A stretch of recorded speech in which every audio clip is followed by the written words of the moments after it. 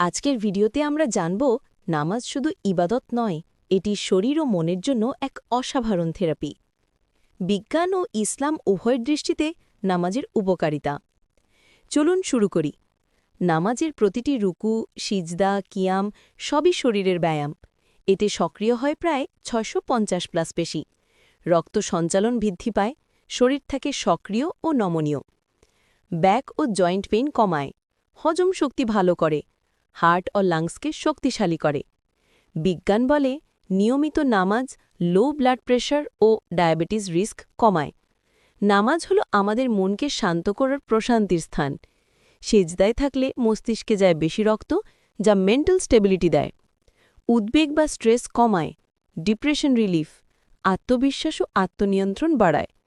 গবেষণায় আছে প্রার্থনা ও মেডিটেশনে সেরাটোনিন ও এন্ডোরফিন হরমোন বৃদ্ধি পায়, যা মনকে শান্ত রাখে। নামাজ মানুষকে শৃঙ্খলাবদ্ধ করে, সময় ম্যানেজমেন্ট শেখায়, খারাপ কাজ থেকে বিরত রাখে। মন পরিষ্কার হয়, লক্ষ্য স্থির হয়, পজিটিভ এনার্জি পাওয়া যায়। আল্লাহ বলেন, নিশ্চয়ই নামাজ মানুষকে অশ্লীলতা ও খারাপ কাজ থেকে বিরত রাখে। সূরা আনকাবুত ৪৫ নম্বর আয়াত। নামাজের ধ্যান, তিলাওয়াত ও খুশু মস্তিষ্কের ফোকাস বাড়ায়, মেমোরি ভালো করে।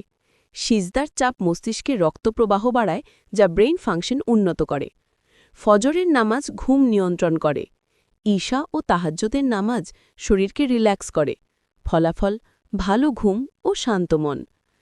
মসজিদে নামাজ পড়া মানুষকে সমাজের সাথে যুক্ত রাখে। মানুষ মানুষের পাশে দাঁড়ায়। সামাজিক সম্পর্ক শক্তিশালী, একতা ও ভালোবাসা, বিনয় ও দয়া। নামাজ শুধু ধর্মীয় কর্তব্য নয়, এটি পূর্ণাঙ্গ মানসিক, শারীরিক ও আত্মিক মেডিসিন। যারা নিয়মিত নামাজ পড়ে তারা জীবনে বেশি শান্ত, মনোযোগী ও সফল হয়।